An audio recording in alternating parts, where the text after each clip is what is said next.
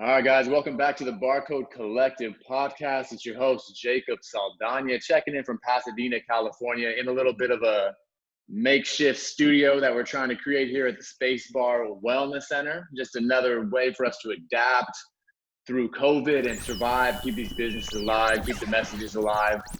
So I'm checking in from Pasadena. I have my big bro, Andrew, probably in Burien. What's up, big dog? What's going on? What's going on? And I got Dr. John Gaines representing. What's you in Tacktown right now? Tacoma, Washington? Oh, Tacktown. Tacktown's fine. Okay. There it is. All right, man. Pacific Northwest is repping today.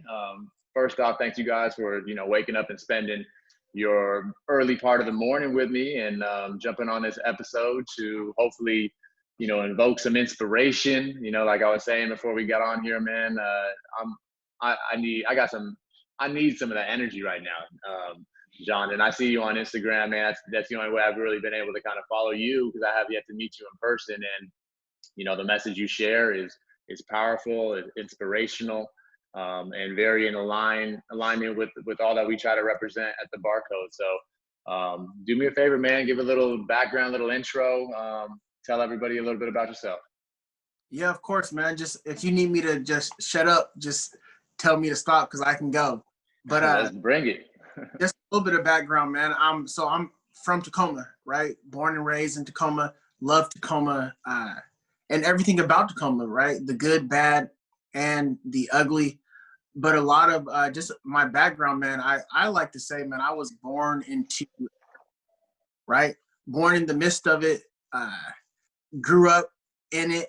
Grew up in the midst of chaos, and that really has shaped a lot of who I am today. It's the reason why I give out a lot of the inspiration, because so many moments in my life, just growing up here in Tacoma, where I felt like just giving up, where I felt like I wanted to quit. And I've seen so many of my friends and people I come up with, and so many family members actually quit and cave in because of the pain, because of the adversity. And because of that, because I came out on the other side, it's the reason why I like to give back, inspire, and encourage. Because each of us, I don't care how old you are or where you're at in your life, whoever is watching this on the other side, each of us have something on the inside that we can always improve on and get a little bit better in some specific area. And so I feel like, man, my goal, because of where I was from, my background, Tacoma, I was, it's something that I'm obligated to do. Specific details as well as we go on. Yeah. So how'd you guys first kind of cross paths? I know you guys first connected. I saw you, at it, whether it was a fit bar workout or something along those lines. How'd you guys meet? Yeah, I think John was actually intertwined through a program over at Kennedy High School. So one of our fit bar girls was looking to raise money for a trip to South Africa to kind of get some experience in. So she was always talking about John and the message. I think was it like a mindset class that you were teaching, or mental conditioning? What was the program? Yeah, yep. Kennedy, they do every a few times a year. They have different speakers come in and talk to their leadership students and their athletes. And so their athletic director, I knew him from some work I did with him in a different school district that he used to work for. And so he reached out to me and he asked me to come out and speak to those students. And that's how I got connected with Kennedy. Yep. Yeah. So, because I'm always talking to our young crew about, mindset, and having that growth mindset, that beginner mindset. And Lily, that's the Fit Bar employee. She's always like, man, you got to meet John. You got to talk. You guys are talking the same language. So, one of our missions at the cafe is to empower our girls and empower our crew to have a voice. And so we gave her the reins to figure out how do we help her raise some money for her trip. So we did a charity boot camp. We had John out there pushing that positivity, and it was a beautiful thing. And I think that's been at least 2 years now. So at least, yep. Yeah, maybe more. I mean, my time is flying. So yeah. I mean, it's just one of those things where, your message is, it touches people, and because it's a genuine, it comes from a genuine spot. And like my brothers and I, we come from, the rougher part of West Seattle, so we kind of we feel the same energy that you're coming from. It's not just like a fluff message. It's something that has touched you, and now you feel inspired to get that out there in a real way. So I mean, we respect that. Yeah. And I can definitely go into some more detail just in regards to my background and the reason why I give off this positive energy and just the inspiration and the reason why I dedicated my life to this work. Really something I live by. If I could just, something I live by is that our pain leads to our purpose. Mm-hmm. Our pain leads to our purpose. And we all come in contact with a lot of different people. And yet we see so many people quitting in the midst of pain because people just don't comprehend or even understand that simple idea. Like, no, friend, if you don't quit in the midst of pain, that pain will eventually lead to your purpose. The pain will subside, the pain will stop, and that pain will only make you stronger for your future. It will literally be the foundation for the rest of your life. And where I was born on the hilltop. And in the early 1990s, the hilltop had some of the highest drug and crime rates in America. There was chaos going on in the neighborhood, but not only that, the chaos didn't just go on in my neighborhood, it also was going on in my home. Like, my father was a guy that used to rob banks, went to prison, kind of ran the streets. He was in and out of my life, ended up my sister and I, when I was 7 and my sister was 11 years old. My mother, they met on the street because my father was like the kingpin, and my mother was this beautiful woman that was clean and sober, but beautiful, and she just craved a lot of attention, right? Eventually, her hanging around that wrong circle led to a drug addiction. And so growing up, after my father left and it was an absent household, my mother started using crack cocaine. And because of that, she was never really there. She was gone a lot herself. And just even pushing back a little bit more, she actually started using crack when she was pregnant with me, right? And so a lot of who I am today, like when I say I was born into adversity, I was literally born addicted to drugs. And so growing up, not only was I basically growing up an orphan in my own household, I had a speech impediment, learning disabilities, never really fit in school. I remember from the time I was 5 years old, I was talking to someone just yesterday. I remember from the time I was 5 years old, I was washing my own clothes. I remember like cooking eggs and breakfast for myself, like 4 or 5 years old, literally walking to kindergarten by myself. And I can't imagine, I have a 2-year-old daughter right now. I can't imagine her walking somewhere in 2 more years by herself. Just really a lot of crazy.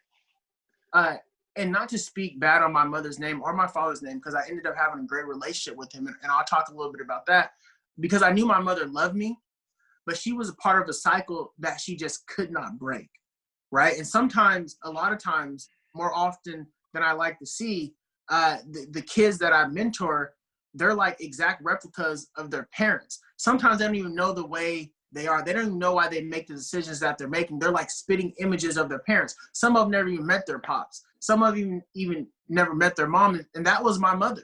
She was part of a cycle that she couldn't break. She wasn't the only person addicted to drugs in my family. There were several people addicted to drugs in my family, man. And so just being honest and transparent with you. So like I said, I knew my mother loved me. So every day I remember coming home as a young boy, I would rush to see my mother just to feel her warm embrace and just give her a hug, right? And so I would do that same routine every single day. I'll rush home, wanting to beat my sister home just to go see mom. Like, I need to see mom before she go disappear for the night. And when I was 7 years old, April 21st, 1995, about 1 o'clock, I ended up leaving school early that day, right? Because I was just making my own decisions. I was 7 and I left school, and my home was maybe like 10 blocks from my school.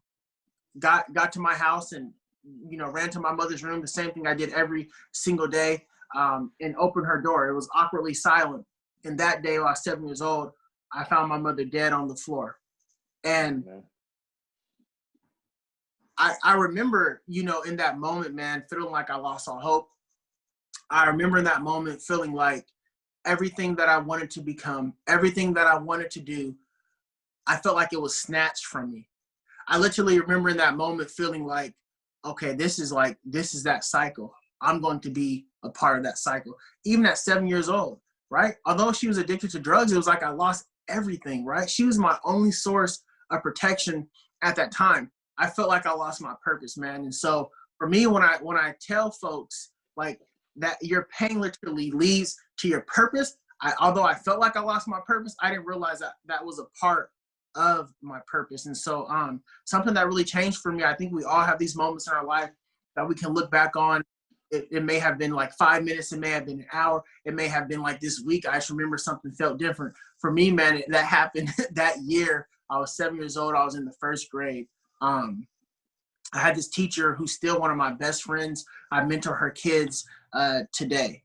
She was my first grade teacher, man, and I went to class. I'll never forget it. She said, hey, today we're doing the I Have a Dream assignment.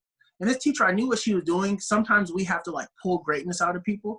This same teacher was the teacher that used to knock on our door and bring us food. This same teacher was the same teacher that was at my mother's funeral earlier in that year. Like she had she had like a front row seat on the chaos that I was experiencing as a 7-year-old boy, right? So she had empathy, she cared, and she really showed up for me, right? And so what she did, she said, hey, we're doing the I Have a Dream assignment. She waited for me to get back to class. And we started doing this assignment. I remember, man, having tears just rolling down my face. I didn't really understand like what it meant to have a dream. So she came to me and she said, hey, John, like, what's your dream? And I finally worked up the courage. I said, well, maybe one day I want to go to college and I want to play football. And she kind of looked at me. She said, that's great. But she knew there was something more, right? She wanted to pull something else out of me. She knew that I was more than an athlete. She said, that's great. But what else is it you want to do? And then, man, I remember being 7 years old and I literally thought about everything that I had experienced. I thought about all my aunties that had passed away. I thought about my cousins that had passed away. I thought about the gunshots I used to hear at night. I thought about my friends who had similar experiences that I had. I thought about the kids who always used to wear dirty clothes. I thought about the dirty clothes that I used to wear. And I thought to myself, if I can do anything, I don't want anyone to feel this pain. Like not change people's material situation, but I feel like if I could just inspire people, right? I didn't understand it at the time, but what I was trying to say in that moment, like I wanted to just inspire people and really help them change their mind, because I believe if we could just change our mind just a little bit, our circumstances will start to get better. And so for me, man, I said, we were studying Dr. King, right? The I Have a Dream assignment. And I said, I want to be a doctor like Dr. King. And I want to change and inspire the world. And my teacher looked at me, man, with these tears in her eyes. She started bawling. She said, John, I believe in you. And every great person that I've talked to, they've all had that experience, right? With someone that maybe they didn't say, I believe in you, but their investment into their business is a belief, right? Walking alongside their mentorship is saying, I believe in you. But she literally said it, those 4 words, I believe in you. And it literally changed the trajectory of my life. Because it was significant for her to believe in me, but it was something more powerful happened. Like it was like a mind shift. And Andrew, as you talk about having a growth mindset, that's literally where it came from, because I began to believe in myself. Like I remember feeling like whatever I experience in life, I know that she believes in me. And because she believes in me, I began to believe in myself, right? And that's the number one determining factor for success in a person's life. Like confidence, self-esteem, the ability to believe despite of. And so for me, that's where it was birthed. And I truly believe, man, I'm on this podcast today because of that belief that I had as a 7-year-old boy, right? The belief to understand and believe that one day I wouldn't have a speech impediment. Like one day I'm going to learn how to read. One day I will go to college and play football. One day I will go get that doctorate degree. One day I will be an inspiration to my community and to my people. Man, that's kind of how I ended up here. So that kind of explains what I mean by when I say I was birthed in the midst of adversity. And just going back to that one sentence, all like the pain, and that's just like the tip of the iceberg, right? We could talk for 8 hours, but that like that pain, I truly believe is what led me to my purpose and made me who I am today. Yeah, man. That's powerful. And yeah, to just kind of unpack that a little bit about your pain leading to your purpose, how do you navigate like with that understanding and letting that, that sentence so damn powerful, not only for you, but for like just hearing it again, right? Like, it fires me up a little bit. And when we're going through adversity right now through COVID, it is ultimately that mindset that I think is keeping me pushing forward. You know what I mean? Because I look at this like, all right, man, this is a chapter in the book, man, and I know through past experiences that it's those really sticky, uncomfortable, painful situations that develop me into the person that I am. So with that understanding, and you going through all that pain, as a young child, how do you like how do you deal with like the younger kids, or like for your kids, for example, like you said, man, you have a 2-year-old child at home. It's like knowing that you are the person that you are because of the adversity that you went through. How do you pick and choose what to protect her from? Is it a little girl or a little boy? A little girl. Yeah, Yep. like how do you pick and choose what to protect her from versus knowing that when she struggles is when she's becoming stronger. You know what I mean? Like you don't want her to go through what you went through, obviously. Um, but that she needs to absolutely go through some shit in order to become the person, that. So how do you reconcile that, man? Like how do you deal with that? Yep. So with her, man, I have it's a it's a unique approach. Because we both like we all know this, that everyone is going to experience some type of adversity. And maybe it's not the same that we've all experienced, but it's something. And the pain that they experience is real to them. Like, I don't want to take away from someone's experience. So I know my baby girl, it's just a part of life. Like, if you have a heartbeat, you have a purpose. If you have a heartbeat, it's a guarantee that you're going to go through some pain. But something that I do with her, man, even at the age of 2, she already knows, like every morning, we start with great thoughts. She says great thoughts, great actions, great actions. She's been doing it since she was 1 year old, when she first learned how to talk. Great habits, great purpose, great purpose. I am beautiful, I am beautiful, I am smart, I am smart, I am kind, I am kind, I am strong, I am strong. And she knows her affirmations where she gets excited, dad, affirmations, right? Because the only thing that I can do is help give her, I'm gonna go back to what Andrew said, give her that growth mindset, right? Help her with that mindset at such an early age, because I know, like, I can't protect her from everything. But what I can do, I can start those workouts right now, right? Because her personality is something that she's just going to have to grow into, right? I can't dictate her personality, but what I can do is dictate her character. I can teach her, like, if you want grit, resiliency, humility, kindness, patience, love, if you want like those things that people with great character have, like the willingness to never give up in the midst of adversity, if you want those things you're going to have to work toward. And although those are like complex ideas, I can't share that with her right now. That's what I'm doing, right? It's like, for me, like trying to get back in shape. I know I can go to the gym one time, right? I'm wearing like this dope push hoodie. Shameless plug. This is like my brand, but I didn't mean to do that. But Bro, it's expected, bro. You got to do it. like this hoodie is like, you're gonna appreciate the analogy. This hoodie is like my personality, right?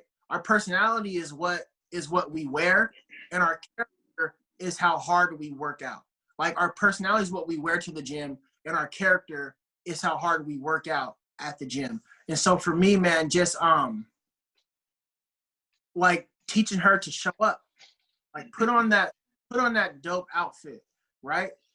Like, go be beautiful, but then be willing to work hard on your character, be willing to lift those weights. And so although, like, and I didn't start doing that till I was in my 20s, right? And so it's easy, it's amazing when I get tears, like when I talk about it and when I talk to her about it, because I was not able to look in the mirror and tell myself that I loved me until I was in my 20s, man. So for me, it's powerful. It's something that works, and so that's what I do with her, just to help her grow and be mentally strong. That's dope. I mean, what you're doing is you're setting her up for success. You're giving her tools to put in that toolkit. At the end of the day, it's a skill set to be able to tap into these things subconsciously. So like when she's when she's 5, man, she's already going to have a huge Rolodex of, okay, when I hit this adversity, I know that I can get through it because of the things I learned when I was 3. So that, I mean, Yeah, that's insane. But just going back to your story, man. I mean, it's like it's so damn powerful, like the power of belief. And sometimes we got to believe in people so hard because they don't believe in themselves. And I think that's what your first grade teacher did for you. You know, she believed when you weren't quite ready to. And I mean, that's a driving factor for what we try to do. And you know, with the youngsters that we bring to our cafe, man, same thing is that they may not have that support system. So like belief is everything, man. Whether you believe you can or you believe you can't, you're right. So we just got to exactly. figure out how do we get you on the right side of that. But yeah. Exactly. And I mean, and you, I mean, we all know this power of belief in somebody, especially somebody who's insecure and is trying as hard as they can, but feeling like they're not. I don't know. So, like, do you pick it? Do you believe in just like with the people that you're mentoring or the kids that are coming across, coming in front of you? I mean, you just ultimately have to believe wholeheartedly in all of them, right? Like, I mean, you have to believe in them. Is there at what point do you turn, because you got to protect yourself too, right? And you got to protect your energy. So at what point, when somebody's just not ultimately not living up to kind of what you're expecting of them, or at least what you believe that they're capable of, do you wipe your hands clean and move on? Yeah, man. So there's been kids that I've mentored. I've been a part of their life that ended up in prison, you know, because ultimately we know this, like every man is just a sum of the decisions that they make on a daily basis. So you can believe in a person, they can begin to believe in themselves. But if you just start with like those great thoughts, if we go back to that mantra I live by, if you start with those great thoughts, and those great thoughts, uh, they might become actions, but those actions don't become great habits to where you're making these good decisions every single day and you still slip and occasionally make bad decisions. All it takes is one bad decision to ruin your life, right? And so for me, when I was young, something that helped me, it's kind of a funny story, man, but when I was young, my grandfather shared the story with me about an eagle that was born in a chicken coop. And essentially this eagle egg ended up amongst these chicken eggs and it hatched amongst these chicken eggs, right? And the eagle never realized it was an eagle. And so it lived most of its life doing what the chickens did in a chicken coop, in a cage. And so it would eat like the chickens, kind of talk like the chickens, until one day there was a man that came by this chicken coop and he saw that there was an eagle in the chicken coop. And he was like, man, this ain't right. So he took this eagle to the top of a mountain peak, and the eagle was finally able to see other eagles flying in elevation. And then the eagle, as he threw the eagle off of this mountain peak, this eagle never flew. This eagle didn't know how to fly, but this eagle was thrown off this mountain peak, and the eagle began to fly. And so something that in that story, like, man, when I heard it, but when I got older, I'm like, man, my grandpa was onto something, right? It really pierced my heart because I realized what he was saying. Like, he truly believed, and this is what I believe, every person has a uniqueness and a greatness about them, right? And so what I believe, how I take that, every person has an eagle on the inside, but there's so many eagles that end up stuck in cages or chicken coops because of who they choose to hang around or the environments they put themselves in. It becomes a cage. I was talking to a young person that I mentor, and she was asking me these different questions about her friends. She said, my friends tell me don't do this or don't do that. I said, well, you have to get to a point to where you realize either if your friends don't believe in you or if they're not influencing you or encouraging you to do great things, you have to realize that that's maybe not a circle, maybe it's a cage. And that whole idea came from the story. I still use it that my grandfather shared when I was a kid. And so for me, I definitely understand, and I believe in each kid that I encounter, and I believe that each of them have an eagle, but they're going to have to come to a point to where they decide to fly and begin to elevate, because they won't realize they're an eagle until they elevate and see that there's something more, that there's other eagles, right? So Yeah, no, man, I dig it. I've heard that parable before too, man, and it's powerful. Um, with just like kind of back again to like the way that you show up for your daughter, and then show up for, kids that you work with or people that you mentor or somebody who's not as close to you as, say, your daughter is, that is, that's your blood, that's someone very close to you. Do you find yourself having different types of expectations or having different, personal holdups with how you mentor her? Like, for the reason I asked, for me personally, is like I show up in a different way for, say, employees or just somebody off the street. Like, I can have a bunch of space for them, I can believe in them, I can be more optimistic and kind of speak to them in this positive way where it's like, a lot more supportive. But then when it comes to somebody being really close to me, whether it's my brother, my girlfriend, somebody really, even say a manager or somebody that's closer into this inner circle, it's almost just like a switch gets flipped. And now where what I expect of you is ultimately what I expect of myself. And that's like a whole nother level of expectation. And I don't show up as supportive just because that's, like, I don't get thank yous, I don't get like, hey, good job, Jacob, like that's just not what I'm used to. So then, it's basically like, oh, you want to be celebrated for going to the gym? Nah, that's to be expected, or whatever it might be. So it's like that, I think that's super frustrating for people that are really close to me. And ultimately, like, I'm super scared about that because I can only imagine how I'm going to be with my kids when I have them someday. Because because that's going to be just a real mental struggle, and not to kind of, recreate these loops that you've talked about too. And I'm conscious of this and I'm aware of this. I just can't quite stop it. You know what I mean? You know what, man? That's something that an idea that I'm kind of toying with right now, and it's something I definitely experienced, man. And this is something that I realized that helped me a tremendous amount. I realized that, one, the people closest to us, we're going to have different expectations for them because we know them on a different level. Like, we know their potential, but sometimes they don't necessarily see that. They see it as, oh, like, John's hard on me. It's like, no. So I had to start just communicating. And I realized people need to be reminded more than they need to be taught. And so really, I was talking to first multi-millionaire, and not just like material things. I love this man because of the marriage that he has. I love this man because of the type of father he is. And I was kind of asking him about this, and this was recently, bro. Like, these are like questions that I still have. And so this was like last month recent.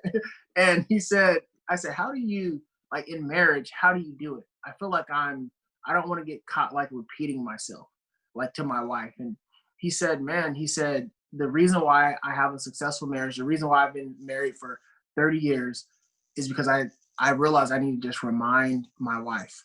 Like, I have great expectations for her, but it wasn't something I could say, just once and expect her to get it.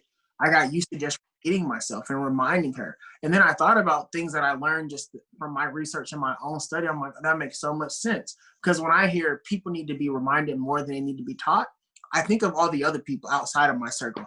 Oh, those are the people I need to be reminded. But actually, the people I need to remind the most are the people closest to me, because they're not going to operate how I operate. And then on the other hand, I think what we give is what we get, right? And so then when I project that encouragement and I start reminding, I notice the same thing comes back. It's reciprocated with my wife. She's doing the same thing, right? And so for me, that's kind of how I get through that, and that's helped me. But honestly, that's probably one of the hardest things that I have to do, knowing when to really like turn it on and turn it off, and not always be like that inspiration or that not like always be true to myself, but understanding like my wife isn't like one of my coaching clients, or my daughter's not in my mentoring program. Like, that's my wife, and that's my daughter. And ultimately, the best mentoring and the best coaching I'm going to do is to model being a great husband, to model being a great father, to model being a great friend to the people in my circle. And then the people outside of my circle, that's what they see, right? Because they're not really going to do what I tell them. They're going to do what they see me doing. And so it's important for me that they see me being what I'm telling them to do, if that makes sense. No, absolutely. Absolutely, man. So, I mean, you do some mentoring, you're also an entrepreneur, you have your businesses. What largely is your like area of focus as far as business wise? Is it coaching? Is it speaking? Yep. So my main area is really just relationship building, and so it's something that I talk about in schools. I have a like an intern consultant contract with a local government, but then also my main focus is just speaking in schools, teaching young kids the importance of relationship, essentially how to be in relationship with yourself, and then how to be in a relationship with others. And so a lot of what I share today are some of the things I talk about, but I really do that through curriculum that I developed, that I research. It takes a ship model. Like in order for us to be like great mentors or great friends, like we have to learn how to be a great friend to ourselves. And really what that idea was birthed from a place of just learning how to love yourself. We can't we can't love others until we truly learn how to love ourselves. And that's something that I believe. And so for me, everything I talk about, like when people say, well, you talk a lot about relationship or you talk about mentorship, you talk about friendship. Like when I talk about it, like almost brought me to my knees, brought me to tears when I had to look in the mirror and say, John, I love you. Like it absolutely changed my life. But it was literally the most powerful moment in my life. And so my main focus is really just sharing some of these ideas and concepts with youth locally and nationally. And thank goodness for technology. I was in India this morning via the virtual space. And so, man, it's been a blessing. It's been good. And so I kind of do a little bit of coaching. I do some mentoring, but my main focus is really just speaking to youth. Gotcha. You mentioned a couple times about like learning to love yourself. So, for you, that was in the 20s. Um, what are some of the things that happened to you in order to allow you to do that? And, how do you help others kind of realize that? Yeah, so as you can imagine, growing up, just kind of going in and out, bouncing from different family members' homes, and always having in the back of my mind, like not feeling wanted by my dad, because my pops didn't pass away. He just like literally bounced. And so I remember trying to live with my pops a little bit when I was like in 8th grade, and then again tried to live with them when I was a sophomore in high school. And then when I was a sophomore in high school, he literally, like, we had this apartment together and he just disappeared, like, just ghosted me and just was gone, right? I was there for like a week. I'm like, what? Like, what's going on? I remember calling my brother, like, hey, bro, Pops is gone. And my brother's like, man, just come to the crib. Like, you can stay here. And that hurt me. Like, it literally drove me to hate him, right? But I also believe, like, that anger that I felt, it's the reason why I was able to achieve some of the things I wanted to achieve. Because I remember in that moment, like that week, I was like, you know what? I'm gonna go do everything that I was created to do. Like I'm gonna go to college, I'm gonna play football, I'm gonna get these degrees, I'm gonna make money, and I'm not gonna ever talk to him. I'm gonna be in the newspaper, and like I never want to hear from him again. I just want him to read it. I want family to tell him like how successful I am. And so man, that anger like literally drove me, man. So I got to the point, I was a sophomore in college playing football, man. I was in my dorm room and I had like this experience. I just through like prayer and trying to figure out my own spirituality and figure out like what I wanted to do in life. And man, I never forget, man, just feeling this deep need to forgive my dad. I felt like the forgiveness was, Nelson Mandela said it best. He said, unforgiveness is drinking poison and hoping the other person would die, right? I didn't realize I was poisoning myself by just hating my dad, right? And so, man, ended up picking up the phone, bro, like 3 a.m. And I was praying. I'm like, God, if you're real, like, I want to feel your presence. Like, God, if you, like, I need a sign. Like, I need a miracle because I'm not going to call this man if God's not real. And, man, just feeling like, okay, this is what I need to do. And called my dad and said, hey, Dad, called him Dad for the first time since I was a sophomore. So, like, we probably, like, 6 years, right? And said, I want you to know, man, that I love you. And I just need to forgive you. Like, I need to let this go. And I was totally okay with us not having a relationship. I just wanted to forgive him. I needed to let that go because I realized that unforgiveness wasn't holding him back. The unforgiveness was holding me back. It felt like the pressure was like just crashing me down, right? Because what I was holding on to was actually holding on to me, if that makes sense, right? It was like crushing me. Some nights I felt like I couldn't even breathe because it like the higher I elevated, the less oxygen I had because I had all this hate in my heart, man. And so I said, hey, I love you, I forgive you, and I hope if you, did I cut out a little? Yeah, you just very briefly. You're still good. We got you. I said, I love you. I forgive you. And I said, Dad, I hope if I ever hurt you, I hope that you forgive me too, man. And he cried a little bit and he said, son, I love you. It's the first time I can remember him calling me son, telling me he loved me, hung up the phone. So then fast forward a little bit, I graduated from college and he ended up coming out to my graduation. I ended up going to visit him in Iowa, even like, spent some time with him over like a holiday. I think it was like Thanksgiving. But then moving back home, I remember thinking, one day I'm going to be a husband, one day I'm going to be a father.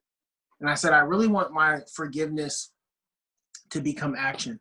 It's one thing to say that I forgive, but it's another thing to really put that in action. Like make the decision every day to forgive and show it by my action. So I called my dad because even I remember from the time I was like 4 or 5, I remember telling my dad, like one day I'm gonna buy a house and you're gonna live with me. Like you're gonna live with me. I'm gonna take care of you like when you're old.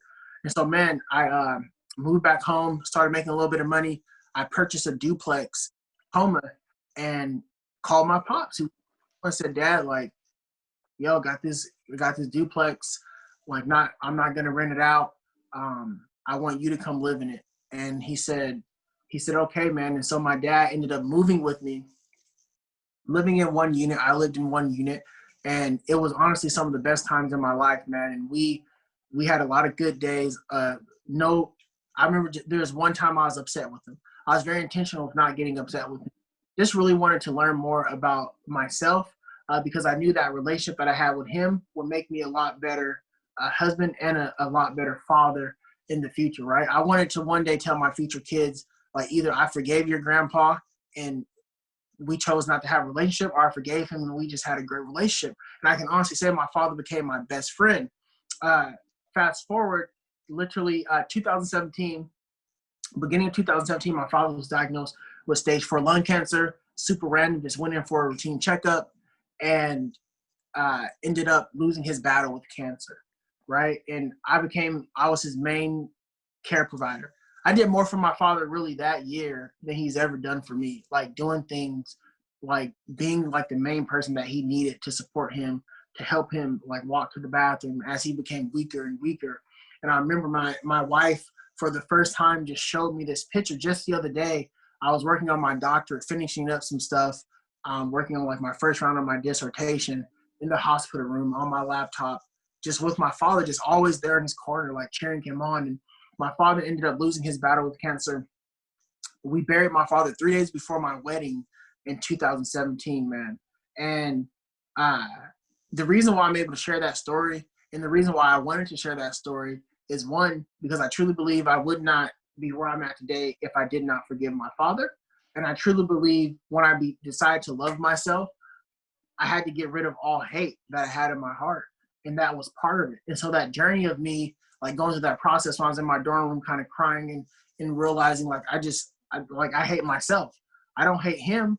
Like it's really no issue with him. Every issue is with me. So then when I take that approach, when I'm doing business, any type of relationships I have, any type of mentoring relationships I have, whatever it is, I'm always looking in the mirror, right? Because I don't let their energy influence me. Like there's nothing anyone can do that can hurt me. Like I've been hurt from the people closest to me. So now I'm able just to go to the mirror, like, okay, what is it? Like, where can I get better?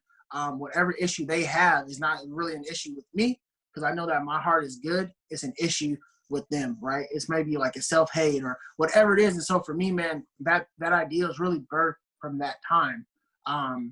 Of just like that forgiveness and self-hate and not wanting to feel that way anymore, feeling like I had poison on the inside. And as I elevated, I felt like something kept pushing me down.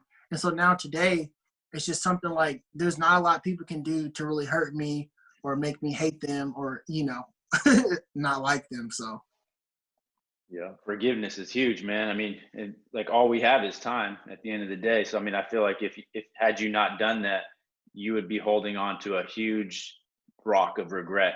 At the end of the day, you missed out on what could have been with your dad, and now that's not the reality. The reality is you have some amazing memories that you're going to be able to hold on to, and so that's powerful, man. A lot of people hold grudges for their whole life, and it's like missing out on opportunities. um, to shift it a little bit, with all the injustices happening in the systemic racism, I know you showed up big time at some rallies and gave some speeches. How was that experience? yeah, it's good, and I'm careful with like how I show up, because even what we all just talked about, a lot of it is me just showing up on a day-to-day basis, right? And I think because of some of the gifts I have, different groups like they love to invite me out, and it's important for me to show up. But the unique thing about the events that I've been able to speak at, Mhm. they've all been put on by youth. And so I'm always willing to show up for the youth. One, because I think they just need a little bit of guidance. And then when I say youth, these kids are like 14, 15, 16, putting on these different rallies. And so I always show up for them because I know like the motives are pure and their intentions are pure, right? And and so for me, especially in this season, I feel like every conversation I have had has been around just some of the racial inequities and some of the racial tensions, not just across the nation, but it's very real here, where there's an open case against our police department, to where I was on the phone with the police chief yesterday.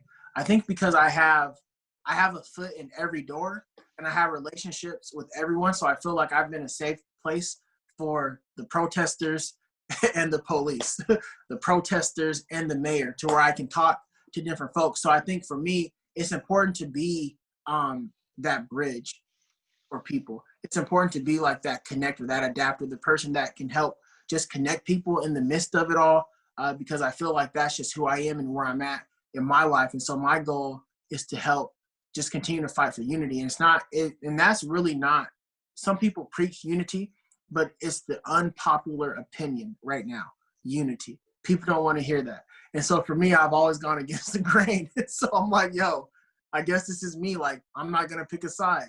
Like, Yep. I'm pushing that unity piece. And so for me, that's why it's important for me to be seen at protests like that. But then on the other hand, it's important for folks to know, like, I was talking to the police chief, because a lot of people, they complain and they say different things, but yet they're not doing practical things on a day-to-day basis. So like I said in the beginning, so even with my fight against some of these things I'm doing right now, it's important that I model these behaviors, right? It's one thing to say it, but I get up there and I won't even talk that long, because I'm like, I'm just going to model it in my day-to-day life and show folks how to live their life.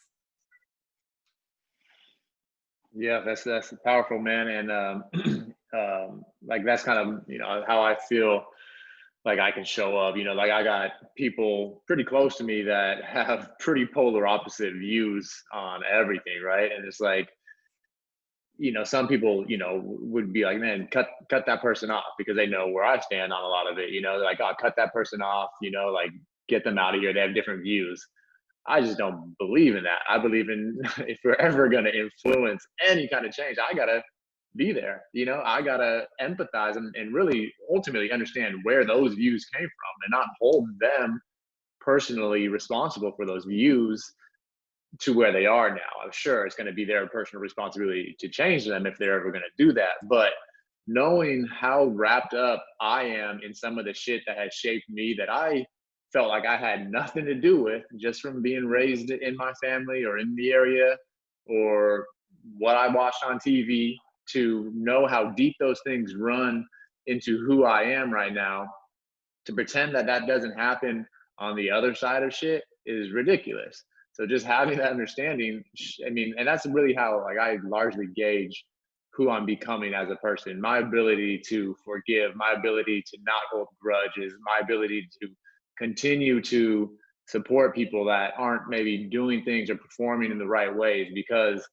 I know what what we're all up against, and it's like I can I don't know. That's just how I really gauge, you know, like I don't get that angry about things anymore. So I think I'm heading on the right track, man, but it's still, man, it's hard, man. It's hard. And, you know, I know, you know, we have lofty goals for not only the Fit Bar, for our crews, but like Andrew and Bless, you know, like we want to do like this nonprofit called, you know, Fast to Feed, where it is more of a mentorship program. So I think we could learn a lot from you and what you've done in the past, because there is, you know, some curriculum involved in it. Andrew can speak a lot more kind of on what we're hoping to create. But man, we'd love to kind of get your ideas on how to implement that. Bless is definitely very passionate about this. Anytime, you know, it gets brought up, I can hear it in her voice. So it's like, you know, we need to see these things through so we can have, you know, more impact. And you want to talk a little bit about Fast to Feed and kind of where we're at with that and what we want to create from it?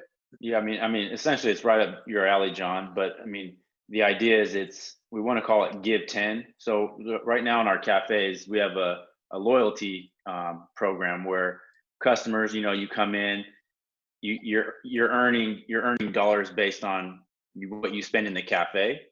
But the idea is you're getting 10%. So we want to shift that, and we want to be like, we want you to give 10%. So now we want to call it Give 10. And so it's a 10-week mentorship program for youth that essentially are destined to live that same cycle, you know. So we you know, bless my girlfriend, you know, she has family that has lived that same cycle, you know, 16 and pregnant, you're living in the projects your whole life, you don't leave that block, that's all you see, you know, your tunnel of vision is very narrow. So our goal is to make it a 10-week mentorship, 10 kids. We're pairing them up with some of our coaches, and we're coaching them on our pillars: mindset, nutrition, and movement. So each week we're diving deep on what is mindset. You know, how do we help shift that things are not happening to you, but they're happening for you. And then we're diving into nutrition. You know, like how do we fuel our body? How do we nourish our soul? And then movement, because that's what the body's meant to do. So, you know, the goal is like in 10 weeks, we just give these little nuggets for them to like marinate, and maybe in a year's time, they fall back on that and they remember something. And so the idea is, like, how do we shift their path, their trajectory? So that's what we're super excited about, and figuring out, you know, like, where do we start? You know, like when we're in the trenches working in the cafes, how do we make sure that we allocate the necessary time to do the things that really fuel us, you know? Yeah, that's so important, man. And so with how I kind of started with it's it's funny because we've like never had this conversation ever. But I'm gonna tell you like how funny it is and why it's so relevant right now, because I have a 10-week mentorship model. I use a 10-week mentorship model as well through the Leadership Academy, and it's built from a place of just like self-image, right? And so the first lesson is on just self-image before we get to like goal setting or dream, because this is something I learned, is something that you both can keep in mind. Like our job as mentors is to get young people to grapple with their purpose. Like we can never give them their purpose. One, we can model it. And I guarantee you, by just having a young person hang around you both, they'll see the passion that you have. They'll see you modeling that behavior, and then they'll want to implement it into their own life for their own particular passion, right?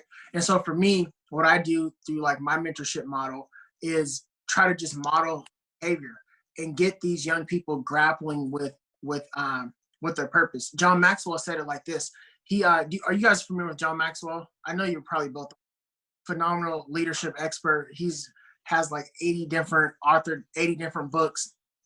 One of his book, The 15 Laws of Growth, he gives these different growth ideas where we talk about like growth mindset, right? And talks about the law of the lid. And he says a person's determining factor for the success is the law of the lid. He said if a person's confidence or self-esteem, self-image is a 5, that means their success can only be a 5. He says if their self-image is a 10, that means their success can be a 10. And so for me, I take that same approach, and I think it's something that like every mentorship model try to implement, just teaching young people like it's okay to like believe in yourself. Going back to that, it's okay to have confidence. And once you have the confidence, it's a lot easier to, one, find your own purpose and then understand these other ideas. And so for me, that's what I kind of do through like my mentorship model. Whereas I love the idea of taking like some of the coaches and going to the students, where we go to like different schools, and then I invite different folks from the community to come in and just speak. So I have like these, but as you guys both know, mentorship it has to be organic. And so I don't want it so structured to where I have like these different things that we're supposed to talk about. I just kind of have like, I introduce these ideas and then I treat it like this podcast. The conversation just goes wherever it goes. As long as the kids are getting used to just being around like greatness. What does it look like to be around great people walking in their purpose, walking in their dream? And so that's kind of what I do. And in regards to, especially once you get that 501c3 status, I don't even have my 501c3 status for my nonprofit yet, but hopefully in the next couple of months, because there's going to be so many organizations that probably want to support the work, different foundations that want to support the work as well. And so, hey, we have, 30,000 that we want to give to the community because we want to help you. And then you're already going to have like that great business model set up. And so that's why after so many people reached out and said, hey, how can we help? What can we do? And now I'm going to have a model where folks can help. And I would love to like do something together. I don't know how that looks, but I'm all about mentorship. I live it. I breathe it. It's something I'm passionate about for sure.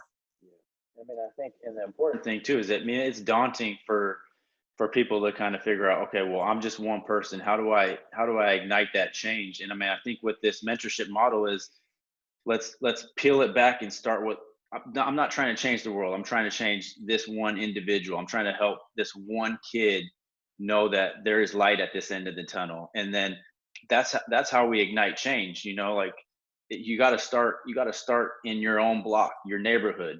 And that's how we make our legacy. That's how we make the impact. And we don't want to be known for like the best bowls and smoothies. We want to be known for just fostering and culturing community. At the end of the day, we want to be here 25 years from now. Like that's what Fit Bar is about. You got to go there and just be a part of the environment. You shape the environment. You change things. That's what it's about at the end of the day for us. Yeah. How do you feel about like, because I feel sometimes like we're super passionate about what we want to do, right? And me personally, sometimes I talk about things before I fully have everything ready to go to back it up. You know what I mean? So it's because I'm not much of the structure guy. You know what I mean? Like if I was to lead a mentorship program personally, it's going to look more like that. It was like, here, these are the general things that I live my life by. So it's super natural. I'm going to just drop these little nuggets. Like, I just want you to hang around with me. But most likely that's not going to happen. And ultimately that's really not going to be able to be scalable. And we're not going to really be able to have much more reach outside of that. But, I think we need to put it out there, and talk about it, and then collectively work on the little organization things that we can, but just ultimately start, so like I keep, that's what a lot, big part of the podcast is this ability to kind of slow down and have these other conversations and, kind of bring them back to these 4 pillars about mind, body, business, and relationships. But it's hard as hell to like, I feel like my passions and my purpose is shifting a little bit, and it's like, I'm so ingrained in the things that we already have put out there. And so, I don't want to use the word stuck, but like, I'm not nimble. I sure as hell got a lot of responsibilities that I need to manage, and it's like, but these are the things that are like really fueling me and keeping me inspired and motivated. But it's like, what pulls you away from some of the things you want to do? A perfect example for me right now, as I lose camera. Hold on, let me change this video real quick. I want to make sure. Yeah, I'm like, you lose me? Yep. All right, one sec. I know I got there he is. Crazy morning. There he is. We lost out on the HD camera. But this is what the backup reserves is for. So what pulls you away from what you're feeling like is your passion or your purpose? Perfect example for me right now is I'm up at the Fit Bar in Pasadena, Space Bar. And like, these conversations are so powerful, and I need to have these in order for me to go in the direction that I want to go. But then meanwhile, I'm getting text messages, I'm getting waves at the window behind over here that, someone didn't show up for the shifts, we got bowls to make. You know what I mean? It's like, I'm just taking steps towards what I ultimately know I need to do. And then these previous choices, whether it's the businesses we've created or old friends, just whatever it is, just fucking just got you grabbed by the ankle and you can't do the shit you need to do, it feels Yeah. like. Yep.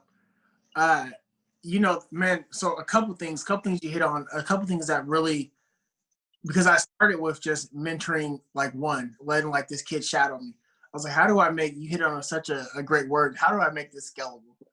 And I thought, well, I'm going to create this curriculum. I'll go into schools, and then it started with like 4 different lessons. I'm like, that's a lot. As different schools approach, I'm like, I don't have capacity. So then I started inviting people to come in. And then I realized through that process, like, that's not even scalable.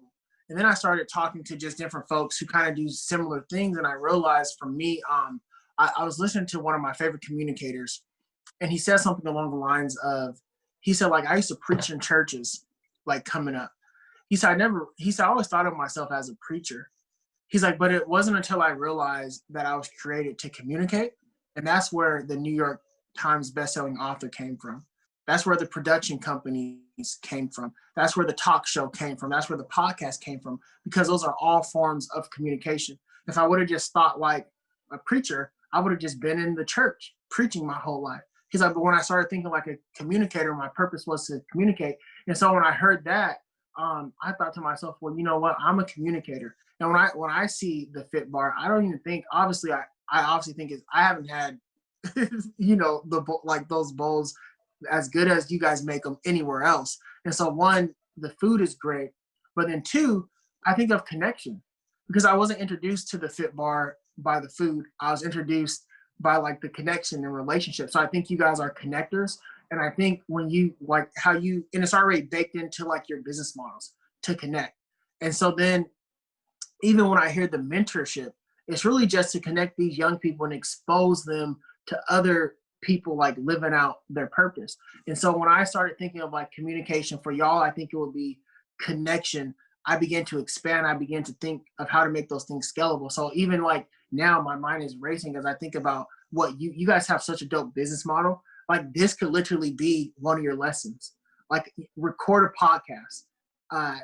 Not just like have the audio, but have like the images, record like 10, 15 minutes of it, you know, find out who the kids want to hear from and record that person talking about their purpose, talking about their passion. And that's one of the lessons. Neither one of you have to show up. You have 10 kids you're mentoring, say, hey, this week, here's a lesson. You're going to get it in email, and here's the newsletter, right? So then like you have kids, not just in Seattle, but then it does become something national. You can email it out to kids in Florida, and they could be part of like the Go 10, because I feel like, well, you guys already, like you guys have the model already set up to where you don't have to make it, you don't have to do a lot of adding. My phone keeps like cutting out, but you don't have to add on to what you're already doing, right? You can implement some of these things. And that's what I learned from folks who are kind of doing it. They said, man, with some of the videos that you're doing, some of the speeches that you have, they said, why don't you just make these little videos that you can send out to folks? So then when you talk about making it scalable, it's unique to people in your group, but it's not so unique to where you have to show up and go every single time, right? Because you're going to yourself out trying to do that. And then it allowed me to just let go of certain things and just have more freedom, more time, ultimately with my family. Yeah, for sure, dude. We gotta chat about making you that first guy, bro. Man, I would love to.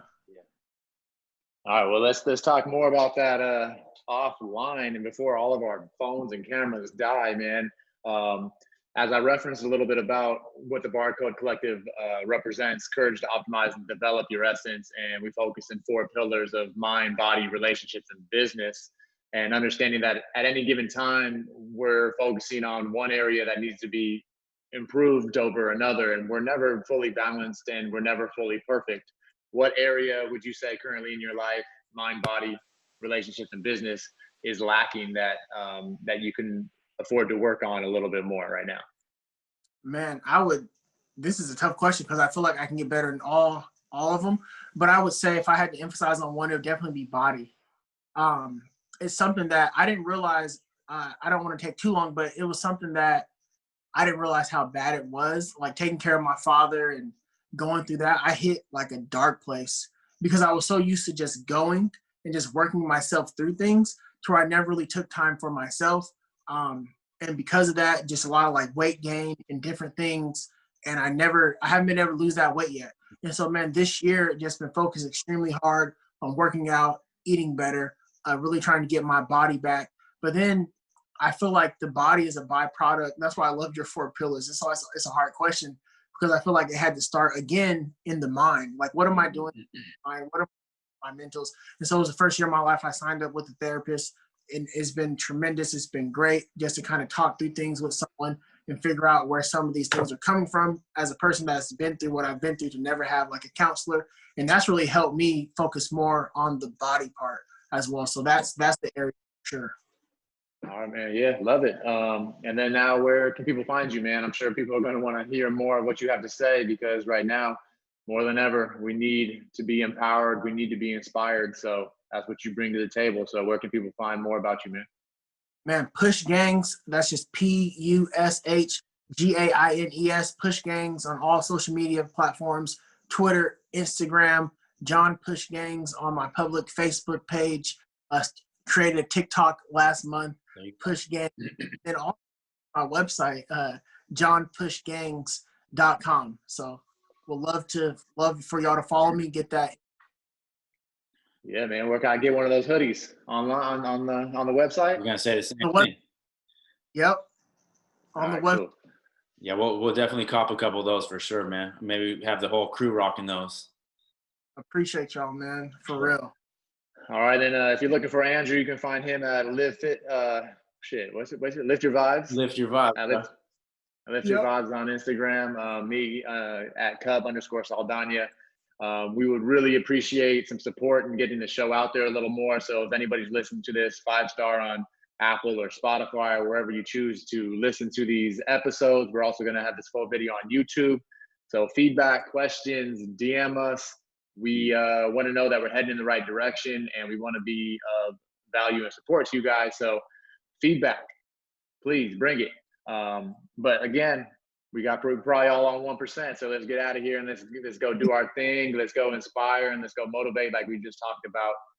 Everybody listening too, hopefully early in the morning on your commute, you're going to take this and actually do something with it. Take action, go inspire, go motivate, go do what you guys can do to move things forward. Yes, sir. All right, guys. Catch you guys later, man. I appreciate you. Thank you, John. Yep.